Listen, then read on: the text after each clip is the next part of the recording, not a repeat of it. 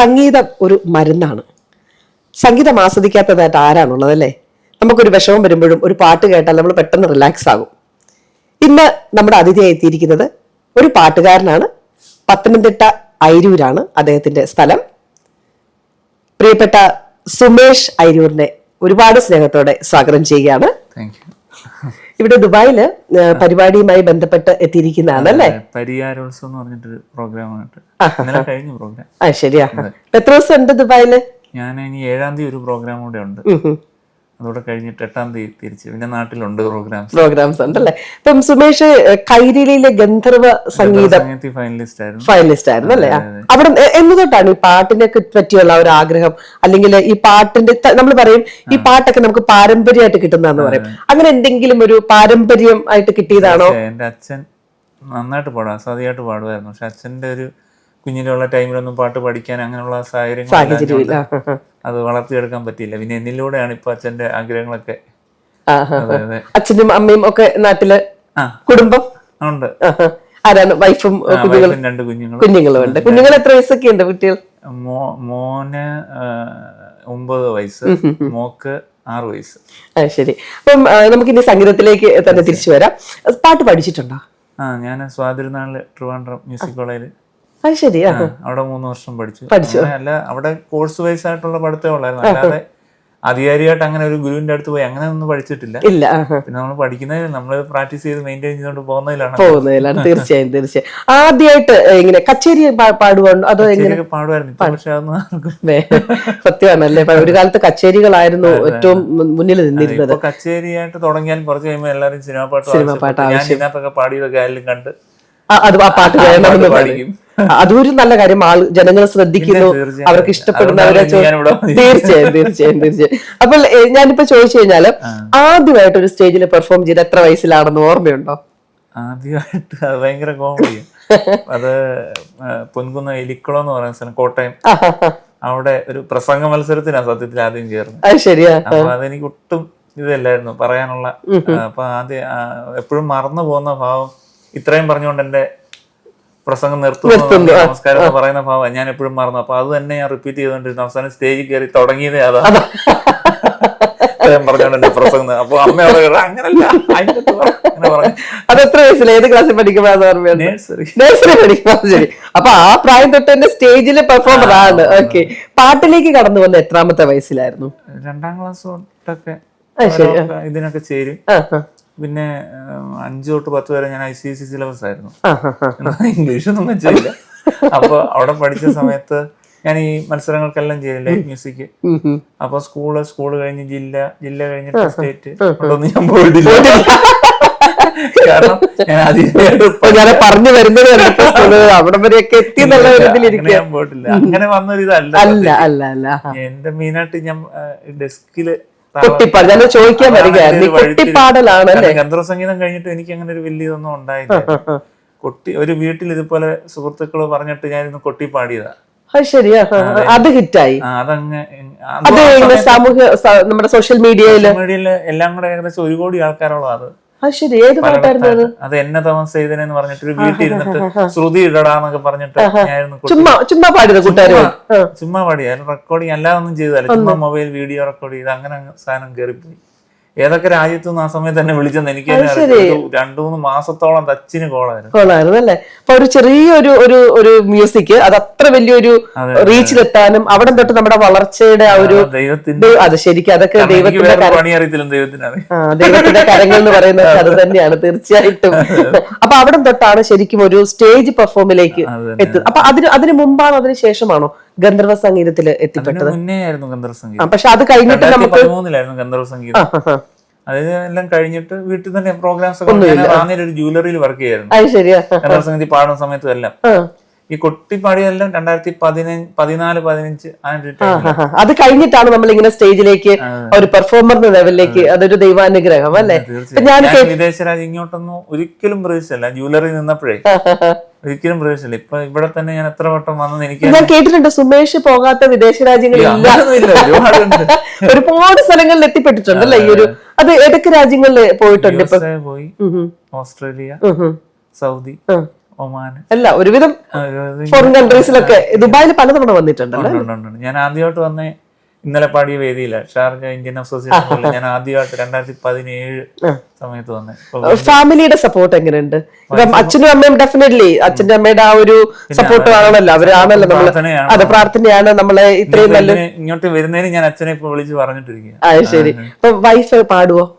അവള് നന്നായിട്ട് പാടും കേട്ടോ. ആണോ? അത് ശരിയാ. മക്കളും അത്യാവശ്യം പാടും. ഞങ്ങള് FB-ലൊക്കെ ഞങ്ങൾ എല്ലാരും കൂടെ ചേർന്ന ഫാമിലി, മ്യൂസിക് ഫാമിലി ആയിട്ട് തന്നെ.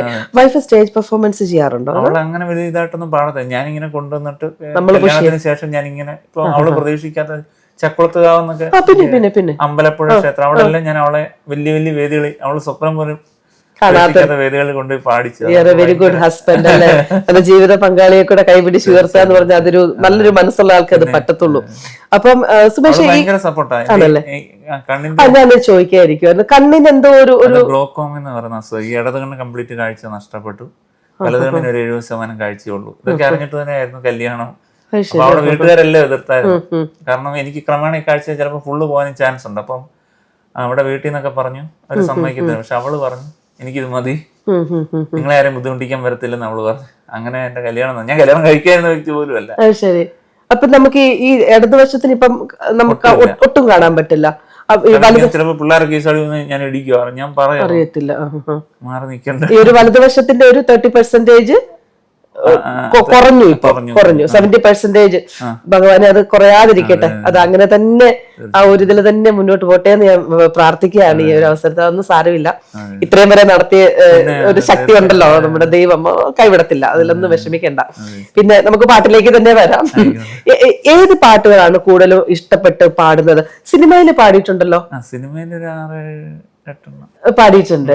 Okay okay. അതൊന്നും അങ്ങനെ വലിയ ഇതിലോട്ട് വന്നിട്ടില്ല. എന്റെ ആഗ്രഹത്തിന് സിനിമയിൽ പാടിയിരുന്നോളൂ, അല്ലാതെ അതൊന്നും ഒരു ഹിറ്റ് എന്ന് പറയാനായിട്ട് അങ്ങനെ എനിക്ക് അത് കുഴപ്പമില്ല. എത്രയോ കഴിവുള്ള അല്ല, നമ്മളെ കഴിഞ്ഞും കഴിവുള്ള ഒരുപാട് ആൾക്കാർക്ക് പോലും കിട്ടാത്ത ഭാഗ്യമാണ് നമുക്ക് കിട്ടിയത്. എന്നെക്കാളൊക്കെ എത്രയോ വർഷമായിട്ട് നാട്ടിൽ പാടുന്നവരുണ്ട് ഇന്നുവരെ ഇങ്ങനെ എബ്രോഡ് കൺട്രീസിൽ. അതെ പറഞ്ഞത്. അപ്പൊ ദൈവം നമുക്ക് തന്നെ ഭയങ്കര അനുഗ്രഹങ്ങളായത്. തീർച്ചയായിട്ടും വന്ന കൊട്ടിപ്പാടി മില്യൺ വന്ന പോലെ ഒരു സുപ്രഭാതത്തില് സുമേഷിന്റെ ഒരു പാട്ട് ഹിറ്റാകും. അത് ആകും. ഒരു പാട്ട് മതി എല്ലാവരും ഏറ്റുപാടുന്ന രീതിയിലൊരു പാട്ട്, അത് തീർച്ചയായും വരും. ഈ സ്റ്റേജ് പെർഫോമൻസിൽ കൂടുതലും ഭക്തിഗാനങ്ങളാണോ അതോ സിനിമ പാട്ടുകളാണോ? ഏതാ പാടുന്നത് കൂടുതലായിട്ട്? ഭക്തിഗാനങ്ങളാണ് എനിക്ക് ഇച്ചിരി കംഫോർട്ട്. ഇപ്പൊ 7-ാം തീയതി ഉള്ള ഒരു അയ്യപ്പ ഇതിന്റെ പ്രോഗ്രാമാണ്, അവിടെ ഞാൻ ഇച്ചിരി കംഫോർട്ടാണ്. ഗാനമേള പെർഫോമൻസ് ഇപ്പൊ ട്രെൻഡ് മാറിയോണ്ട് മറ്റേ ടൈപ്പ് വേറെ ടൈപ്പ് പാട്ടുകളൊക്കെ അല്ലേ. ഞാൻ കൂടുതലും പാടും ദാസാർ, MG സാർ പാട്ടുകളാണ്. MG സാറിന്റെ ടൂണുമായിട്ട് എനിക്ക് നല്ല ഇതുണ്ട്. എല്ലാരും പറയാനുണ്ട് സ്ക്രീനിൽ മറ്റേ വിഷ്വൽ, MG സാറിന്റെ വിഷ്വൽ ഇട്ടിട്ട് സ്പോട്ട് സിംഗിങ് ചെയ്യാറുണ്ട്. അതിന് ഭയങ്കര ഏറ്റവും കൂടുതൽ കയ്യടി കിട്ടുന്ന അതിനാ. സ്റ്റേജിലും ഈ പെർഫോമൻസ് ചെയ്യും, പിടിച്ചിട്ട് ടേബിൾ പിടിച്ചിട്ട്. ടേബിളിലാണ്, അതെ, അല്ലാതെ മറ്റ് കൊട്ടുന്ന അതൊന്നുമില്ല, ഇതായിട്ട് അറിയത്തില്ല. ഈ ടേബിളിൽ കൊട്ടിപ്പാടും. കുഞ്ഞിലേ തൊട്ട് അച്ഛൻ ഈ ഭജൻസിനൊക്കെ പോകുമ്പോ ഞാൻ അവിടെ ഇങ്ങനെ കൊട്ടിപ്പാടും. അന്ന് അച്ഛൻ പറയാൻ ചുമ്മാ അവതാളം കൊട്ടാടാണ്, അവതാളമാണ് നമ്മുടെ ഇന്നത്തെ അല്ലേ നിലനിൽപ്പും നമ്മുടെ അന്നമായതും ആ ഒരു അവതാളമാണ്. ഇത് ഞാൻ ഈ എടുക്കുന്ന പാട്ടുകൾ സെമി ആയിട്ടുള്ളത്, അല്ലാതെ ചുമ്മാ തട്ടുപൊളിപ്പനല്ല. സംഗീതം നഗുമോ അതിനൊക്കെ എളുപ്പം നമുക്ക് വഴങ്ങത്തില്ല. പക്ഷെ അത് കൊട്ടിപ്പാടാനായിട്ട് ബുദ്ധിമുട്ടല്ലേ? എന്റെ കൈ അതിന്റെ ഒപ്പം അങ്ങ് പോകുന്നതാ. അപ്പൊ ദൈവത്തിന്റെ ആ ഒരു സ്പർശനം ആ കയ്യില് ഉണ്ട് എന്നുള്ളതാണ് അതിന്റെ ഒരു ഇതല്ലേ. പിന്നെ കുറെ ആൽബംസ് ചെയ്തിട്ടില്ലേ സുമേഷ്? ഒരുപാട് ആൽബങ്ങൾ ചെയ്തിട്ടുണ്ട്. അപ്പൊ അതെന്താണ്? അത് ഇതുപോലെ തന്നെ ഭക്തി ഗാനങ്ങളാണോ അതോ മറ്റ് കൂടുതലും ഭക്തി ഗാനങ്ങൾ? ഞാൻ തന്നെ മ്യൂസിക് ചെയ്തൊരു 50-100 പാട്ടോളം ഞാൻ തന്നെ മ്യൂസിക് ചെയ്ത് തന്നെ പാടിയിട്ടുണ്ട്, സംഗീതം നൽകി തന്നെ. ആണല്ലേ? അതെ അതെ. എല്ലാ വർഷവും ഒരു അയ്യപ്പനെങ്കിലും ഞാൻ തന്നെ എന്റെ ചെയ്യാറുണ്ട്. ഒരു ആൽബമായിട്ട് നാട്ടുകാരനോടാണല്ലോ. പത്തനംതിട്ട. തീർച്ചയായും ആ അനുഗ്രഹം എപ്പോഴും ഉണ്ടാവും സുമേഷ്. അതുകൊണ്ട് ജീവിതത്തിൽ എല്ലാ വിജയങ്ങളും ഉണ്ടാവും തന്നെ ചെയ്യും. ഇപ്പം ഇവിടുത്തെ പ്രോഗ്രാം ഇനി കണ്ടിന്യൂ ചെയ്യുവാണോ അതോ ഇവിടെ 2-3 ദിവസം കൂടെ ഉള്ളോ, എങ്ങനെയാണ്? ഇത് കഴിഞ്ഞിട്ടുണ്ട്. ഇത് കഴിഞ്ഞിട്ട് സുമേഷിന് അടുത്ത പ്രോഗ്രാം ഉണ്ട്. അത് കഴിഞ്ഞ് ഇനിയിപ്പോ നാളെ മറ്റന്നാളും ഒക്കെ നാളെ മറ്റന്നാളും ഒക്കെ ഫ്രീയാ. 5-ാം തീയതി ഒരു എൻക്വയറി ഇങ്ങനെ വന്നിട്ടുണ്ട്. സുമേഷ്, ഞാനൊരു കാര്യം അറിഞ്ഞിട്ടുണ്ടായിരുന്നു. നമ്മുടെ ഗ്രേറ്റ് ലാലേട്ടൻ സുമേഷിന്റെ ഈ പാട്ട് കേട്ടിട്ട് നേരിട്ട് വിളിച്ച് അഭിനന്ദിച്ചു എന്ന്. അതെന്തായിരുന്നു? അയ്യോ, അതൊരു ഭയങ്കര ജീവിതത്തിലെ ഏറ്റവും വലിയൊരു ഭാഗ്യം. അദ്ദേഹത്തിന്റെ നാട്ടുകാരനാണ്. അതെ അതെ അതെ. അപ്പം ഞാൻ അദ്ദേഹത്തിന്റെ എല്ലാ ബർത്ത്ഡേക്ക് ഇതുപോലെ ടേബിളിൽ കൊട്ടിയിട്ട് പാടി അദ്ദേഹത്തിന്റെ ഓരോ പടങ്ങളിലെ പാട്ടുകൾ ഞാനിങ്ങനെ കൊട്ടിപ്പാടിയിടും.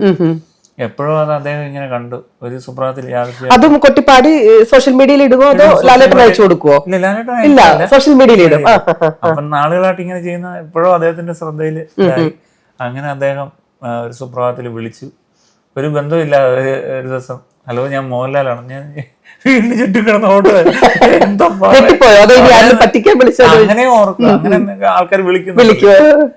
എന്തായാലും പിന്നെ അദ്ദേഹം ഇങ്ങനെ സംശയം, മോനെ ഞാൻ നിന്റെ ഇതൊക്കെ കാണാറുണ്ട് പാട്ടുകൾ. പിന്നെ അദ്ദേഹം ഞാൻ ഇടയ്ക്ക് പത്തനംതിട്ട വരാറുണ്ടെന്നും നേരിട്ട് കാണണമെന്നും എല്ലാം സംസാരിച്ചു. നേരിട്ട് കണ്ടോ? ഇല്ല, കണ്ടിട്ടില്ല. ഓക്കെ. ആ ഒരു ആഗ്രഹവും അധികം താമസിയാതെ ഞാൻ വർഷങ്ങൾക്ക് മുമ്പ് മ്യൂസിക് കോളേജ് പഠിച്ചപ്പോൾ ലാലേട്ടനെ കണ്ടു. പക്ഷെ അന്ന് സംസാരിക്കാനും അറിയത്തില്ല. അറിയത്തില്ല. തീർച്ചയായും ലാലേട്ടൻ വന്ന് കാണും. നമുക്ക് അതിന് കാത്തിരിക്കാം. എനിക്ക് പക്ഷേ സുമേഷിന്റെ ഒരു കുട്ടിപ്പാടിൽ കേൾക്കണമെന്ന് വലിയൊരു ആഗ്രഹം ഉണ്ടായിരുന്നു. എന്താ ചെയ്യാൻ പറ്റുക? നമുക്ക് ഒരു ടേബിൾ കിട്ടിയാ ചെയ്യാം അല്ലേ? അത് ഞാൻ അറേഞ്ച് ചെയ്യാം.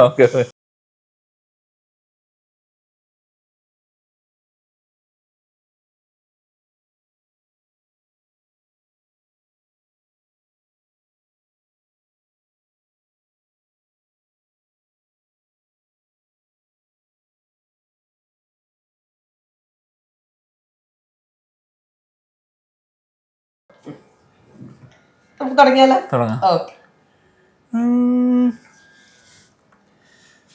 സംഗീതമേ അമര സല്ലാപമേ, സംഗീതമേ അമര സല്ലാപമേ, മണ്ണിനു വിണ്ണിന്റെ വരദാനമേ, വേദനയെ പോലും വേദാന്തമാക്കുന്ന നാദാനുസന്ധാന കൈവല്യമേ, സംഗീതമേ അമര സല്ലാപമേ, സംഗീതമേ സാനീത പദനി, സംഗീതമേ അമര സല്ലാപമേ, സംഗീതമേ സാനീത പദനി, സംഗീതമേ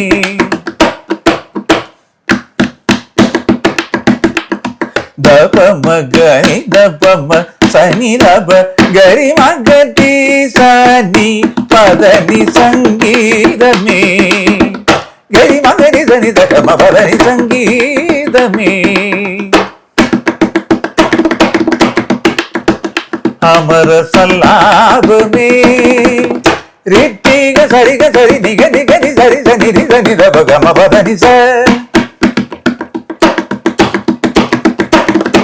പദമപ സനി ഗരിഗ സനി സ ദപനി ദ സത്തി തി സ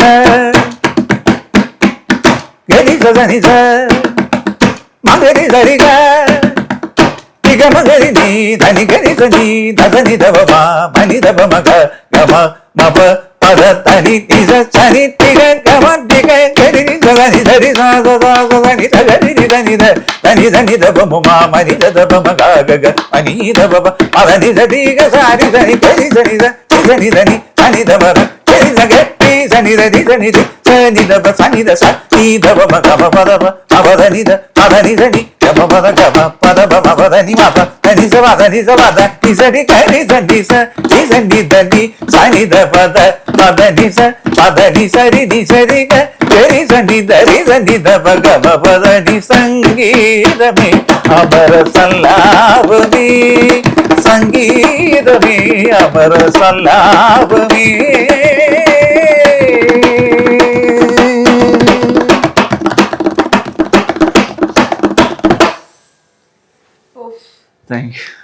ഇത് ഇത് ദൈവത്തിന്റെ കരസ്പർശമുള്ള വിരലുകളാണ്. ഞാന് ഇത്രയും പ്രതീക്ഷയില്ല. എനിക്ക് കണ്ണൊക്കെ നിറയില്ല. എന്നുവെച്ചാൽ വളരെ ഇമോഷണൽ ആയി പോകുന്നു കേട്ടോ. വളരെ സിൻസിയർ ആയിട്ട് പറയാൻ. ഒരിക്കലും കേട്ടിട്ടുണ്ട്, ഞാൻ സോഷ്യൽ മീഡിയയിൽ കണ്ടിട്ടുണ്ട്. പക്ഷെ എന്റെ കൺമുന്നിൽ ഇത് കാണുക എന്ന് പറയുമ്പോഴത്തേക്ക് ഇത് എന്റെ ജീവിതത്തിൽ ഏറ്റവും ഒരു ഭാഗ്യമുള്ള ഒരു മൊമെന്റ് ആയിട്ട് ഞാനിത് ഹൃദയത്തിലൊക്കെ ഏറ്റെടുക്കാണ് കേട്ടോ. തീർച്ചയായിട്ടും ലാലേട്ടൻ കാണും. ലാലേട്ടൻ ഒരു ദിവസം തേടി തന്നെ വരും കേട്ടോ. ഇത് പക്ഷെ ഇതെങ്ങനെ ഈ കൊട്ടിലേക്ക് ഇങ്ങനെ ഒരു ഇതെങ്ങനെ വന്നത്? ഈ ഒരു കഴിവ് ഉണ്ടെന്ന് എപ്പോഴാണ് തിരിച്ചറിഞ്ഞത്? വീട്ടിൽ ആർക്കെങ്കിലും ഈ കൊട്ടിനോടുള്ള താല്പര്യം ഉണ്ടോ? ഇല്ല. പിന്നെ എങ്ങനെയാണ് ഈ ഒരു കഴിവ് ഉണ്ടെന്ന് തിരിച്ചറിഞ്ഞതും അത് ഇത്രത്തോളം മനോഹരമാക്കി ചെയ്യാൻ സാധിച്ചതും എങ്ങനെയാണ്? അതെന്തോ ഗോഡ് ഗിഫ്റ്റ്, എല്ലാം നമ്മുടെ ദൈവത്തിന്റെ അനുഗ്രഹം മാത്രമേ ഉള്ളൂ. ഇതൊന്നും പ്രാക്ടീസ് പോലും ചെയ്യാതാ. ഇതൊന്നും ഇങ്ങനെ കൊട്ടി പഠിച്ചിട്ടൊന്നും അല്ല. ചുമ്മാ അല്ല, ഇങ്ങനെ ഒരു കഴിവുണ്ടെന്ന് നമ്മൾ എപ്പോഴാ തിരിച്ചറിഞ്ഞേ? അത് ഈ കൂട്ടുകാരന്മാരാ, അവരാ ആദ്യമായിട്ട് സോഷ്യൽ മീഡിയയില് അവരോട് ചുമ്മാ ഇങ്ങനെ എല്ലാരും കൂടെ ഒരു ദിവസം ഇരുന്നപ്പോഴത്തേക്ക് പാടാൻ പറഞ്ഞു. ഒരു പ്രോഗ്രാം കഴിഞ്ഞ ഒരു ദിവസം കൂട്ടുകാരുടെ വീട്ടിൽ വന്ന് സ്റ്റേ ചെയ്ത് പിറ്റേ ദിവസം രാവിലെ ആയപ്പോ അവര് കൂട്ടുകാരെല്ലാം കൂടി പറഞ്ഞു ഇന്ന പോലെ ഒരു പാട്ട് പാടാൻ പറഞ്ഞു. അപ്പൊ ഞാൻ ചുമ്മാ പാടിയതാ. അപ്പൊ അവര് നിനക്ക് താളം പിടിക്കാനോട് അറിയാലോ, ചുമ്മാ താളം പിടിച്ച് പാടാൻ പറഞ്ഞു. അങ്ങനെ ഒന്ന് പാടിയിട്ടതാ. പിന്നെ അതൊരു കഴിവാന്ന് കൂട്ടുകാർ പറഞ്ഞു കാണുമല്ലോ അല്ലേ? അതൊരു തിരിച്ചറിവായിരുന്നു ആ ഒരു സമയം എന്ന് പറയുന്നത് അല്ലേ? പിന്നെ അത് കൂടുതൽ പിന്നെ ഞാൻ ഓരോ പാട്ടുകൾ ഇങ്ങനെ അതിനു വേണ്ടി പഠിച്ചു. പക്ഷെ ശരിക്കും മറ്റ് വാദ്യോപകരണങ്ങൾ ഒന്നും തന്നെ വരുന്നത് ഈ പാട്ടൊക്കെ എത്രയല്ലേ? അതാ കേൾക്കുന്ന ഒറിജിനൽ. പിന്നെ പറഞ്ഞത് കറക്റ്റാണ്. നമ്മള് കണ്ണടച്ചിരുന്ന് കഴിഞ്ഞാല് നമ്മുടെ MGയുടെ ആ ഒരു അല്ലെ സ്വരം തന്നെ നമുക്ക് ഫീൽ ചെയ്യുന്നുണ്ട്. പിന്നെ അതിന്റെ കൂടെ മറ്റു ഉപകരണങ്ങൾ ഒന്നും ഇല്ലാതെ തന്നെ ആ പാട്ടിനോടുള്ള നീതി പുലർത്തിക്കൊണ്ട് ഇത്ര ഭംഗിയായിട്ട് അത് പാടാനായിട്ട് കഴിഞ്ഞെങ്കിൽ അത് ഈശ്വരാനുഗ്രഹം തന്നെയാണെന്ന് ഞാൻ പറയുള്ളൂ. പിന്നെ അയ്യപ്പ ഭക്തിഗാനങ്ങൾ ഒരുപാട് ചെയ്യുന്നുണ്ടല്ലേ? അയ്യപ്പന്റെ പത്തനംതിട്ടക്കാരനായതുകൊണ്ടും അയ്യപ്പന്റെ നാട് ആ ഒരു ബന്ധം ഉള്ളത് കൊണ്ടുമാണോ അയ്യപ്പനുമായിട്ട് ഇത്രയും അടുപ്പം വന്നിരിക്കുന്നത്? അല്ല, എനിക്ക് ഈശ്വരഭക്തി കൂടുതലുണ്ട്. അല്ല, തീർച്ചയായും മോനെ അച്ഛൻ ആ രീതിയിലാണ് വളർത്തിയിരിക്കുന്നത്. അച്ഛനെ ഭാഗവത പാരായണം ഫീൽഡും ആ ഇതാണ്. അച്ഛനപ്പോ ഏതൊരു കാര്യത്തിനാണെങ്കിലും ദൈവത്തെ വിളിച്ച ആ ഒരു രീതിയിലാണ് ഞങ്ങളും കുഞ്ഞിലെ തൊട്ട് അത് കണ്ടു വളർന്ന് എവിടെ പോകുമ്പോൾ വിളക്ക് കത്തിച്ചെന്ന് അല്ല, ശരിക്കും അതൊക്കെ നമ്മൾക്ക് ഒരു ഗുരുത്വമാണ്. അതൊക്കെ ഇപ്പം നമ്മൾ എന്തൊക്കെ പറഞ്ഞെന്ന് പറഞ്ഞാലും ആ ദൈവാനുഗ്രഹം, ഗുരുത്വം, ഇതൊക്കെ നമ്മൾക്ക് ജീവിതത്തില് ഏറ്റവും ആവശ്യമുള്ള കാര്യങ്ങൾ തന്നെയാണ്. അപ്പൊ അയ്യപ്പ ഭക്തിഗാനങ്ങളുടെ ആൽബംസ് ഇറക്കിയിട്ടുണ്ടോ? സ്വന്തമായിട്ട് ഇറക്കിയിട്ടുണ്ട്. അപ്പൊ അതില് ഏതെങ്കിലും ഒരു പാട്ടുകൂടെ നമുക്ക് നോക്കിയാലോ? ഒന്നാമത് ഇപ്പൊ മണ്ഡല കാലമാണ് അല്ലെ? അപ്പൊ നമുക്ക് അതുകൂടെ ഒന്ന് നോക്കിയാലോ? കാനനവാസ കലിയുഗ വരദാ, കാനനവാസ കലിയുഗ വരദാ, കാൽത്തളിരിണ കൈ തൊഴുന്നേ നിൻ, കാൽത്തളിരിണ കൈ തൊഴുന്നേ നിൻ, കേശാദിപാദം തൊഴുന്നേ. കാനനവാസ കലിയുഗ വരദാ, കാനനവാസ കലിയുഗ വരദാ, കാൽത്തളിരിണ കൈ തൊഴുന്നേ നിൻ, കാൽത്തളിരിണ കൈ തൊഴുന്നേ നിൻ, കേശാദിപാദം തൊഴുന്നേ. കാനനവാസ കലിയുഗ വരദാ, കാനനവാസ കലിയുഗ വരദാ. സത്യം പറയാ വാക്കുകളില്ല എനിക്ക്. സീരിയസ്ലി നമ്മള് വല്ലാണ്ട് നമ്മുടെ ഹൃദയത്തിന് എന്താ പറയാ, സംഗീതം ഒരു മരുന്ന്. തീർച്ചയായും ദാസാർ പാടി നമ്മളെ കണ്ണു നിറയും. അത് ഇപ്പം വിളിക്കുമ്പോൾ അത് ശരിക്കും അത് ഇതൊക്കെ ഹൃദയത്തിന്റെ അടിത്തട്ടിൽ നിന്നും വരുന്ന ഓരോ പാട്ടുകൾ. നമ്മൾ എത്ര ജന്മം കഴിഞ്ഞാലും നമുക്ക് മറക്കാൻ പറ്റത്തില്ല. ആ ഒരു കണ്ണടച്ചൊരു നിമിഷം ഇരുന്ന് കഴിഞ്ഞാൽ നമുക്ക് ആ ഒരു ഫീലിംഗ് വരും എന്നുള്ളതാണ്. ഞാൻ എന്റെ 10 വയസ്സിലാണ് ശബരിമലയ്ക്ക് പോയിരിക്കുന്നത്. നമുക്കറിയാലോ അവിടുത്തെ ചിട്ട അനുസരിച്ച് നമുക്ക് 50 വയസ്സ് കഴിയുമ്പോഴത്തേക്ക് പോകാൻ പറ്റും. പോണം, പോയി കാണണം. പക്ഷെ ഇപ്പൊ ആ ഒരു പാട്ട് കേട്ടപ്പോൾ ഉണ്ടാകുന്ന ആ ഒരു വികാരം ഉണ്ടല്ലോ, അത് എന്താ പറയാ, ഏതായാലും കണ്ണു നനഞ്ഞു എന്ന് മാത്രമേ ഞാൻ പറയുന്നുള്ളൂ. അത്ര മനോഹരമായിട്ടാണ് അതിന്റെ കംപ്ലീറ്റ് ആ ഒരു എന്താ പറയാ ഉൾക്കൊണ്ടുകൊണ്ടാണ് സുമേഷ് പാടുന്ന ഓരോ പാട്ടുകളും. ഇപ്പൊ ആദ്യം പാടിയതാണെങ്കിലും ഇപ്പോൾ പാടിയതാണെങ്കിലും ഹൃദയത്തിൽ നിന്നാണ് നമുക്ക് അനുഭവിച്ചറിയാൻ പറ്റുന്നുണ്ട്. ഇനി ഇപ്പൊ മുന്നോട്ടുള്ള പരിപാടികൾ ഇനി എന്തൊക്കെയാണ്? നമുക്ക് എന്താണ്? സംഗീതം കൊണ്ട് തന്നെ ഇങ്ങനെ മുന്നോട്ട് ജീവിക്കണമെന്നാ, പ്രോഗ്രാംസ് ഒക്കെ കിട്ടി കഞ്ഞി കുടിച്ച് പോണം എന്നുള്ളതാണ് എന്റെ ആഗ്രഹം. എങ്ങനെ ആവും അറിയത്തില്ല. തീർച്ചയായും ഒരുപാട് പ്രോഗ്രാംസുകളൊക്കെ കിട്ടും ഇതുപോലെ. ഇതല്ല, ഇതിലും മനോഹരമായിട്ട് ജീവിതം മുന്നോട്ട് പോകും. അതുപോലെ വീട് പണി നടന്നുകൊണ്ടിരിക്കും. വീട് പണി നടക്കുന്നുണ്ടല്ലേ? അതൊന്നും ഞാൻ ഒരിക്കലും പ്രതീക്ഷിച്ചില്ല. ഞാൻ കുടുംബത്ത് തന്നെ ആയിരുന്നു. അവിടുന്ന് മാറി താമസിച്ച് ഇനി വസ്തു വാങ്ങിക്കുന്ന വീട് വെക്കുന്ന എല്ലാം ഭഗവാൻ നടത്തി ഇങ്ങനെ മുമ്പോട്ട് പോകുന്നു. ഈ മുഖത്തെ ചിരി ഉണ്ടല്ലോ, അത് അങ്ങനെ ഇരിക്കട്ടെ, അത് മാറാതെ ഒരിക്കലും ആ ചിരി മായാതെ ഭഗവാൻ കാക്കട്ടെ. അല്ല, എല്ലാ ആഗ്രഹങ്ങളും ജീവിതത്തിലെ എല്ലാ ആഗ്രഹങ്ങളും ഭഗവാൻ നടത്തി തരട്ടെ. ഇതേ ആ ഒരു വിശ്വാസവും ഭക്തിയും വിനയവും ഒക്കെ ആയിട്ട് മുന്നോട്ട് പോയാൽ മതി. ഒരിക്കലും നമുക്കൊരു പരാജയം സംഭവിക്കത്തില്ല. ഇപ്പൊ ഈ പാട്ടുകളൊക്കെയും നെഞ്ചോട് ചേർത്ത് പിടിച്ച് ആളുകള് സുമേഷ് അയ്യൂരിന്റെ പാട്ട് എന്ന് പറഞ്ഞ് പാടി നടക്കുന്ന ഒരു ദിവസം തീർച്ചയായും വരും അല്ലെ? അപ്പൊ ഇത് ഞാൻ പറഞ്ഞൊന്ന് ഓർത്തോളം വരും തീർച്ചയായും. ആ ഒരു ദിവസം ഇത്രയൊക്കെ നമ്മളെ നടത്തിയ അല്ലെ ആ ശക്തിക്ക് നമ്മളെ അതിലേക്ക് എത്തിക്കാനായിട്ട് സാധിക്കും തീർച്ചയായും. പിന്നെ മറ്റു കാര്യങ്ങളെ പറ്റി ഒന്നും ഓർക്കണ്ട.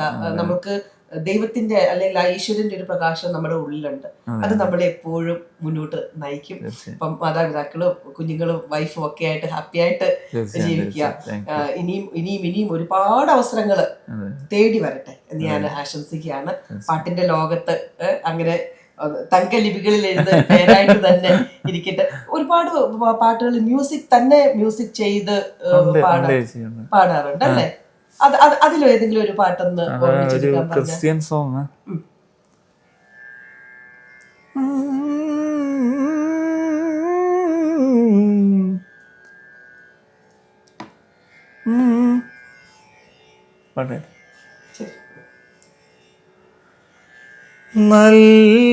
നല്ലിടയനായ കർത്താവേ,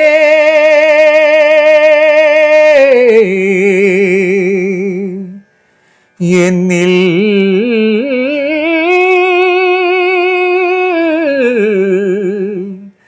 കൃപ ചൊരിയണമേ. ഈശോയേ,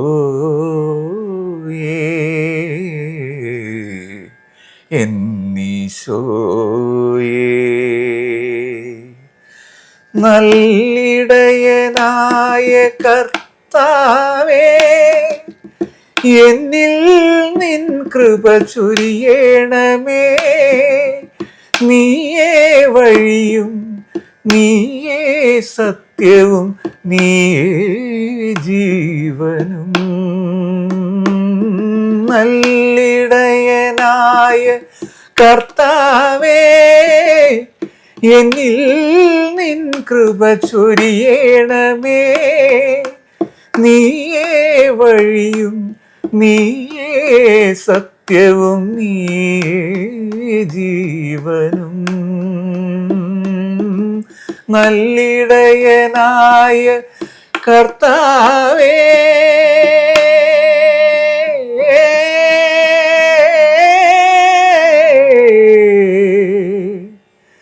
കൃപ ചൊരിയണമേ.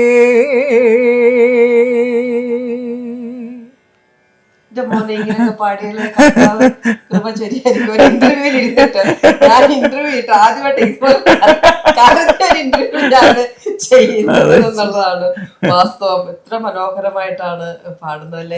ദൈവത്തിന്റെ ശരിക്കും ദൈവത്തിന്റെ ഒരു അനുഗ്രഹം തന്നെ, ഒരു കൃപ തന്നെയാണ്. ഗുരുദേവന്റെ ഒരു പാട്ട് നമ്മുടെ ബിനു മനോഹർ എഴുതിയ വരികൾക്ക് സംഗീതം നൽകിയിട്ടുണ്ട്. ഓർമ്മയുണ്ടോ? ഓർക്കുന്നുണ്ടോ പാട്ട്? അതിന്റെ ഒരു 4 വരി പാടാനായിട്ട് പറ്റുമോ? അതുകൊണ്ടൊന്ന് കേക്കട്ടെ.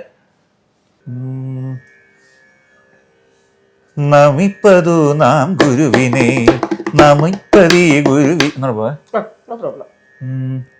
നമിപ്പതു നാം ഗുരുവിനെ, നമിപ്പതി ഗുരുവിചാരധാരയെ, നമിപ്പതു നാം ഗുരുവിനെ, നമിപ്പതി ഗുരുവിചാരധാരെ. ധന്യമാർന്നൊരു ലോക നന്മയിൽ ധർമ്മമാർഗമതൊന്നു ചൊല്ലി സത്യമേവമതൊന്നു മാത്രമിമർത്യവീതിയിലർത്ഥമാകൂ. അറിയുക നാം അറിവിനെയെന്നും ആത്മനിബോധം ആർജിതമാവാൻ അഴലുകളകലും ഇന്ദ്രിയങ്ങളിൽ പകരും ധാരണ പ്രപഞ്ചമാകെ ജ്വലിച്ചിടട്ടെ ജ്വലിച്ചിടട്ടെ ജ്വലിച്ചിടട്ടെ ജ്വലിച്ചിടട്ടെ. നമിപ്പതു നാം ഗുരുവിനെ നമിപ്പതീ ഗുരുവിചാരധാരയെ നമിപ്പതു നാം ഗുരുവിനെ നമിപ്പതീ ഗുരുവിചാരധാരയെ. ആ മേളിപ്പാടി ഞാനിപ്പോ ഉണ്ടാക്കിയത്. Thank you. ഒന്നും പറയാനില്ല. എനിക്കറിയാം ഒരുപാട് തിരക്കുകൾക്കുള്ളിലാണെന്നറിയാം. എന്നിട്ടും നമ്മൾ വിളിച്ചപ്പോൾ ഓടി വന്നു. ഒരുപാട് നന്ദി. ഹൃദയത്തിൽ നിന്ന് പറയാണ്, സുമേഷ് ആഗ്രഹിക്കുന്നതിലൊക്കെ ഒരുപാട് മുകളിൽ സുമേഷ് എത്തിച്ചേരട്ടെ എന്ന് ഞാൻ പ്രാർത്ഥിക്കുകയാണ്, അനുഗ്രഹിക്കുകയാണ്. നല്ല നിലയിൽ എത്തിവരട്ടെ. അതുപോലെ തന്നെ ലാലേട്ടനെ കാണണം എന്നുള്ളൊരു വലിയ ആഗ്രഹമുണ്ട്. അത് തീർച്ചയായും അത് ആ ഒരു കാലവും പ്രകൃതിയും അതിന്റെ കറക്റ്റ് സമയത്ത് തന്നെ ആ ആഗ്രഹങ്ങളെല്ലാം സാധിപ്പിച്ചു തരും. എന്തായാലും ഒരുപാട് നന്ദി. ഒരു കൊട്ടിപ്പാട്ടോടുകൂടി നമുക്ക് ഇന്നത്തെ പരിപാടി ഇവിടെ അല്ലേ പൂർത്തിയാക്കാം അല്ലേ? ശരി. കൊട്ടിപ്പാട്ട് ഞാൻ MG സാറിന്റെ മുന്നിൽ തന്നെ, അദ്ദേഹത്തിന്റെ പാട്ട് സാറിന്റെ മുന്നിൽ തന്നെ കൊട്ടിപ്പാടിയ പാട്ടാണ്. അത് ശരിയാ, എന്നാ അത് തന്നെയാ. അദ്ദേഹത്തിന്റെ ഒരു വലിയ ഫാന.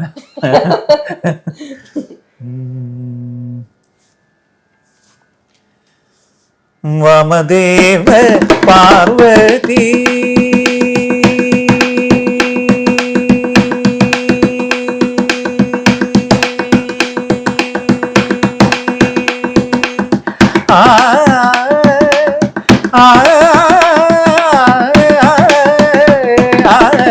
വാമദേവ പാർവതി സുകുമാര വാമദേവ പാർവതി സുകുമാര വാമദേവ പാർവതി സുകുമാര വാമദേവ പാർവതി സുകുമാര പാരിജാസ്ത്ര സമ്മോഹിതാകര സാരിഗമവനി ബബമരി സരി സാരിഗമവനി ബബമരി സരി മഗമവനി ബമഗമരി സനി സരിഗമ മഗമ സാനി ബമരി സനി ബസനി ബമനി ബമരി സരിഗമ ബസനി സനി സനി ബമരി സനി നി ബമരി സനി സരി മഗമനി ബസനി സമനി സനി പരി സനി ബമഗമരി സരി സ്വാമിനാഥ പരിപാലയ സുമ സ്വാപ്രകാശ മല്ലീശ ഗുരു ഗുരുദേവ സേന Swaminatha പരിപാലയ Suma.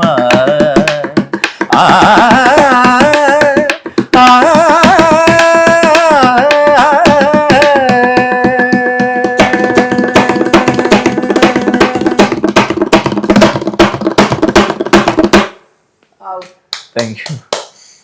Thank you so much. Thank you. ഒരു വല്ലാത്ത ഇന്റർവ്യൂ ആയിപ്പോയി.